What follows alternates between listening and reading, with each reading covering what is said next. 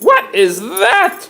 It is me, Hashem, your God. Oh, Hashem. Oh, hi.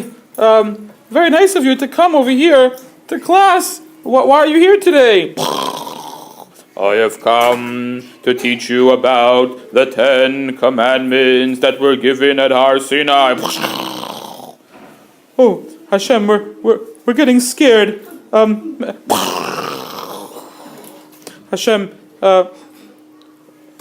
okay, I'll talk a little bit calmer for you. And it all started in Perek Chaf, chapter 20. That I came down at Har Sinai in the morning with fire and thick clouds of smoke and lightning. And the whole mountain was decorated beautifully for the occasion, of course. And all the people stood at the foot of the mountain. And they heard from me the first 2 commandments. The first command. Anochi Hashem Elokecha, I am Hashem your God, who took you out of the land of Egypt. You should believe in one God. Not all these idols like everyone has been doing until now. Lo yeh lecha elokim acherim. Do not have other gods besides me. No idols. Do not bow to other gods or worship them. Hashem, Hashem. Yes, Moshe Rabbeinu, what is it?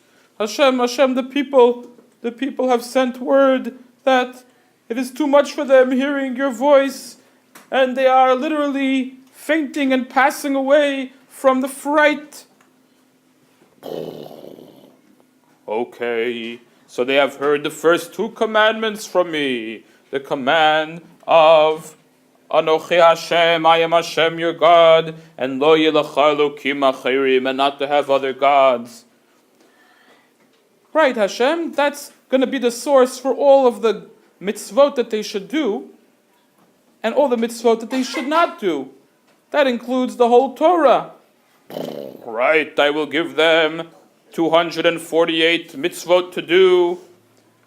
That comes from when they heard from me that I am Hashem your God and you should do these mitzvot for me.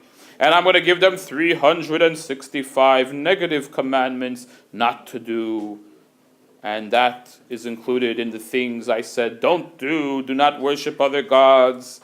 Don't do anything that Hashem says not to do. And now, Moshe, I will speak to you, and you pass the message to them so that they're not too frightened. Okay, boys and girls, so we're going to continue the 10 commandments. Don't be too scared now. Hashem will tell me the rest of the 10 commandments, and I will let you know what these were. Well, you see, back by Har Sinai, the next thing Hashem said is, Lo tisa Shem Hashem Elokecha lashav. Do not pronounce God's name in vain. Vain means for no reason, for no purpose, just saying God's name for no reason, or perhaps, even worse, someone who is trying to convince somebody of something and swears in Hashem's name falsely. That is a big sin.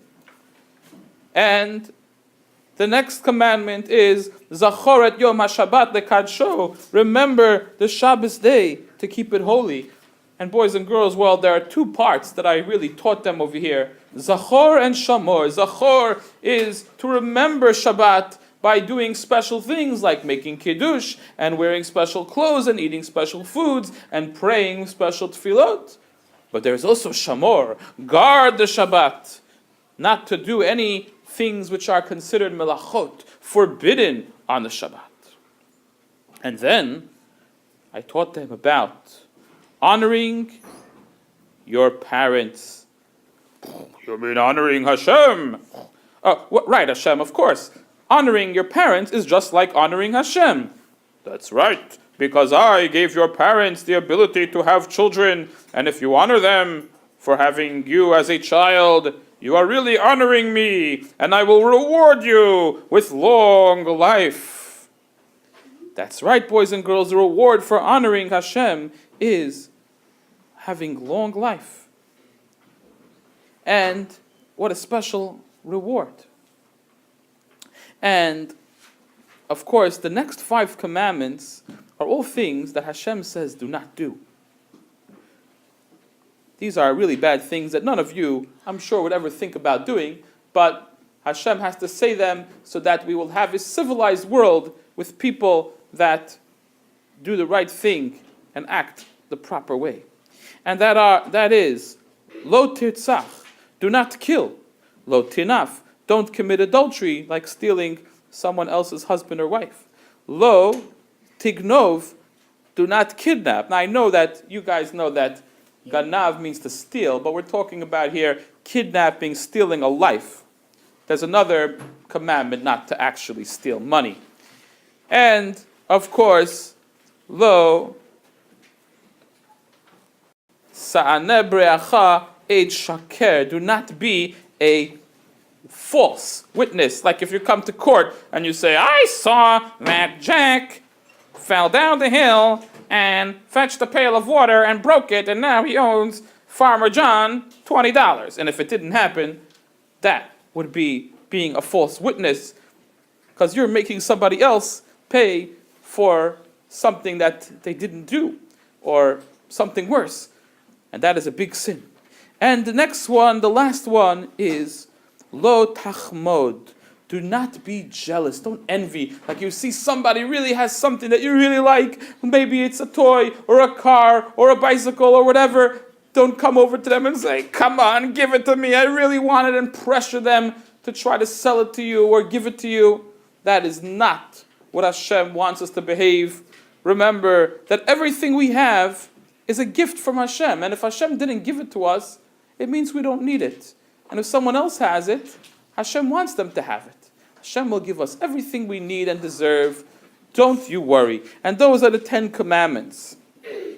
Now, boys and girls, remember that the 10 commandments was a really awesome sight. We all saw lightning and thunder, but don't forget that Hashem gave us a special mitzvah not to make any idols, because the proof is, Hashem told us, that when he appeared to us, he did not appear looking like any funny idols with 6 eyes and 4 legs or whatever. Hashem came to us speaking out of the heavens, and he didn't look like anything. He just made fire and clouds and smoke. But of course, we're not allowed to make any images of Hashem. And the proof is, when Hashem actually spoke with us, we didn't see any image. We just heard Hashem's voice. And of course, Hashem gave us a very special mitzvah. The next mitzvah is that we should make for Hashem a mizbeach, an altar. And we're going to talk about the laws of the altar in the end of Perek Chaf. The laws of the altar is that, first of all, when you make an altar for me, there are some important rules. And those important rules are the following: that you should only bring your offerings on that altar, and later on the Jews will have to bring it only in the Bet HaMikdash, but we'll talk about that later, or the Mishkan. And Hashem says, wherever you mention my name, I will come down and bless you. B'chol makom asher azkir et shemi, wherever you mention my name. Pretty cool. So mention Hashem's name wherever you are, and Hashem's blessings will be upon you. And when you make that altar and you bring those karbanot, if you plan to make it out of stone, well, if you want to cut the stone, you may not use metal to cut the stone. Whoa, that sounds like pretty hard. There was a great miracle that our midrashim teach us happened. There was a special worm called a shamir worm, a worm that could split stone, that was in charge, that they used this worm to make a perfectly smooth mizbeach. But for all Jews, if they were making, even if they did not have that shamir worm, they needed to make sure that they did not use metal to cut the stone. because metal represents killing and the shortening of life, because people used to make swords and still do make weapons out of metal, and therefore Hashem does not want any metal on his altar, which the altar, the Mizbeach, is bringing karbanot, which make people blessed and make people live longer. And another very interesting halacha, which teaches you how much Hashem cares about modesty, tzniut, being modest and not showing off and showing parts of our body that are meant to be kept private. Hashem says that when you make a mizbeach, you should, instead of making stairs, you must make a ramp to go up the mizbeach. And the reason is because when you go up a ramp, you don't have to lift your legs very high. You just keep on walking straight in an upward slope. But when you have to use stairs, then you have to lift your legs up high, and the Kohanim, if they would wear long robes, their robes would lift up, exposing their legs. Interestingly enough, the Kohanim actually wore pants underneath. So the only thing that would be exposed was their pants, which are normally covered. Still, Hashem was careful about that modesty. And that must be a special midah for every single Jew, to always be modest and appropriate wherever they go and whatever they do.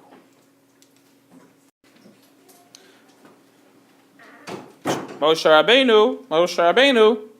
Yes, who is that? Moshe Rabbeinu. This is Rabbi Wagshel speaking. I have a question for you. Yes, what is your question?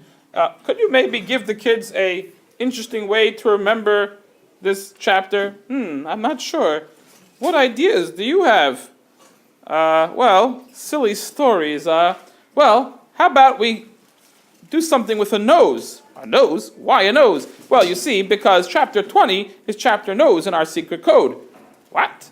Could you please explain that? I have no idea what you're talking about. What does a nose have to do with the Ten Commandments? Well, you see, Perek Chaf is chapter 20, and chapter 20 is on our secret code, a nose, you see, because the N is really a 2, which got flipped on its side, and the O doesn't count as a vowel, the E doesn't count as a vowel, and the S has a Z sound, like a 0, right? 0. And so 20 is nose. How interesting. So how are we supposed to remember that 20 is nose? Well, good question. I think for this, we need to call Mr. Big Nose. Mr. Big Nose? Who is that? Hello, everybody! That's me, Mr. Big Nose! Yes! The 10 Commandments! What a most special commandments! I love the 10 Commandments! I really want to remember the 10 Commandments! I have an idea! I can get them tattooed on my nose! What? That would be a sin! Oh, yes! 10 Commandments on my nose! Great!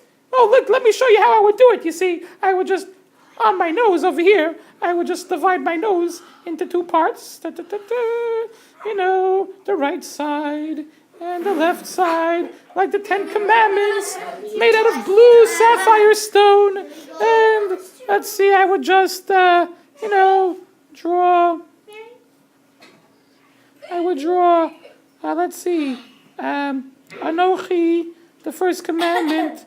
Anochi, I am Hashem, your God. Oh, that's hurting my nose. Lo, ouch. Lo, I do not have any other gods.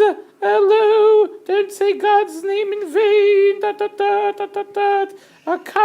Kabed, honor your parents. Ouch, that's hurting me. Zachor, remember the Shabbos day to keep it holy. And then, of course, no killing. No, ouch, this is hurting my nose. Lo tirtzach, lo tinav, no adultery. Lo tignov, no kidnapping. Out.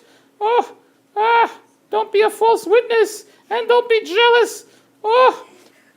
My nose is really hurting now. Ow. But I'm going to remember the 10 Commandments forever, because I have them tattooed right on my nose. Yes, I will remember them.